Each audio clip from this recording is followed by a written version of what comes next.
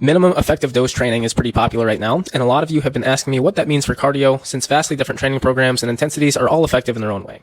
For part one, let's look at observational data, where we see a very steep early benefit slope, meaning that even small amounts of activity make a big difference in mortality risk. Looking at data from the World Health Organization and a more recent look at higher intensities specifically, we see that as little as 30 to 60 minutes per week of vigorous exercise is associated with the majority of the benefits you can get. So you'd think if there is a minimum effective dose, it must be awfully low.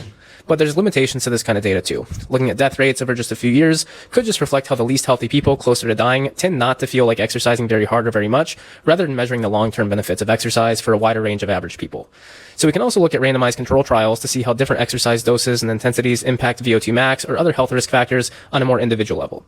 Take this study on low intensity training, where participants trained either 1, 2, 3, 4, or 5 hours a week, and they found that there were a lot of non-responders at the 1 to 2 hour per week dose, and it took up to 4 hours to eliminate non-responders completely. Other research is pretty consistent with this, showing that at very low intensities, there's a lot of individual variation in the training response. Some people get fitter from 1 to 2 hours a week, but a lot of people don't, and you have to increase the volume to 4 or more hours per week, or push the intensity up a little bit to truly eliminate non-responders. Based on this and other data, I'd argue for anywhere from 1 to 5 hours per week of low intensity training, depending on your genetics and the exact difficulty.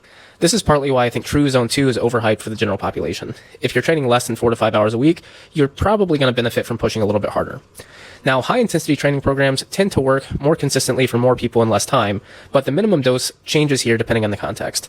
If someone is also doing low intensity training or is highly active, then even tiny doses of high intensity add a lot of fitness. But if you're otherwise sedentary or using intervals as your only form of training, the minimum effective dose could be higher, and these programs get kind of nasty.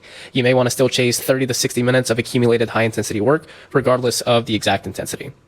And if you find that an approach isn't working for you, try something else. This study found some non-responders to both low intensity and high intensity programs, but once groups swapped programs, everyone responded to at least something. Most importantly, just because someone is a non-responder for fitness doesn't mean that they are a non-responder for health. A lot of studies that don't report performance or VO2 max improvements still show improvements in metabolic health that correlate more with the workload itself than the fitness gains.